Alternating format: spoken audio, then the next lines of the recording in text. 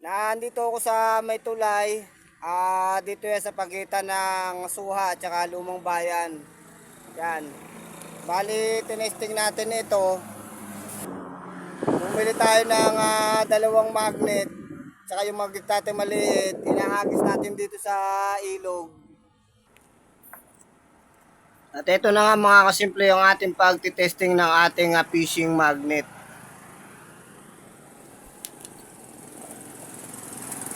Yan, bumili tayo ng fishing magnet, tinesting natin para malaman natin kung tunay nga o legit yung ating napapanood. Pero ang napansin natin dito sa fishing magnet na to, hindi siya masyadong ganong katindi makamagnet. Parang meron kasi ako nakikita dyan na parang bakal na lumang timbangan, hindi siya dumidikit. Siguro baka magaling lang talaga sila mag-edit o kaya nakalagay na talaga yung mamamagnet nila dyan sa fishing magnet. Yan, na-try natin mga simple itong fishing magnet na ito. May mga ano lang dito, parang kalakalawang. Agis ulit tayo mga kasimple, mga ka-hunters. Ang mahalaga na testing natin kung legit ba yan. O siguro, baka dito sa lugar na ito ng tulay malinis ang tulay na ito. Walang masyadong mga bakal-bakal dito na mamamagnet. Tatry natin yan sa ibang lugar mga ka-treasure, mga ka-hunter. Yan, may dumating na tayo na mga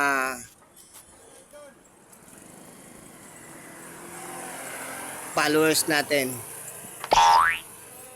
Pa-shoutout daw sa kanila. Ayan, pag-alis niyan.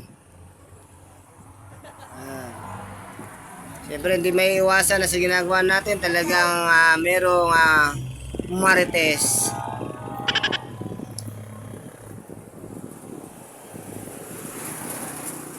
Alright, wala pa rin tayo makita mga kasimple. Patuloy pa rin tayo nagtitesting. Wow! Yan, tuloy lang. Simple lang ang buhay, wag natin gawing komplikado.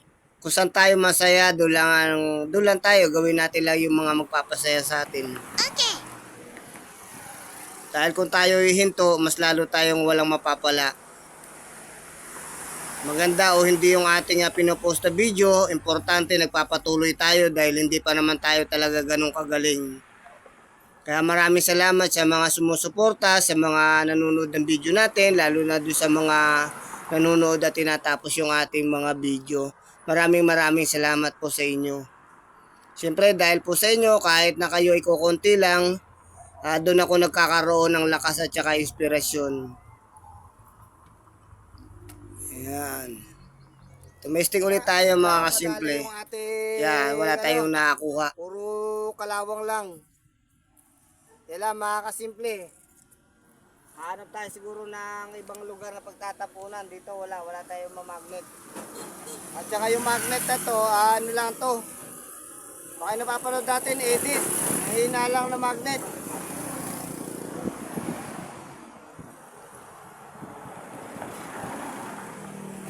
Agis ulit natin mga kasimple, testing ulit natin. Kaya mahalaga na testing natin itong fishing magnet ito. Kaya siguro siya tinawag na fishing magnet, baka ginagamit talaga siya sa mga pangkuha ng kawil. Para yung pagdampot nila sa kawil, hindi nila maisa-isa ng daliri. Madali lang madadampot yung mga kawil, kaya tinawag siguro siyang fishing magnet. Kaya wala pa rin talaga tayong makuha dyan kahit anong klaseng mga bakal-bakal. Salamat mga kasimple. Salamat lagi sa suporta nyo. Yan, wala eh. Pero go lang tayo ng go mga kasimple. Try and try. Yan. Hindi man tayo makasabay sa mga nauuna sa atin. Ang importante, nagpapatuloy tayo. At masaya tayo dito sa ginagawa natin. Alright mga kasimple, wala pa rin. Yan, lagi ko sinasabi, simple lang ang buhay, wag natin gawing komplikado. Wala tayong makuha. Mahina siya dumikit.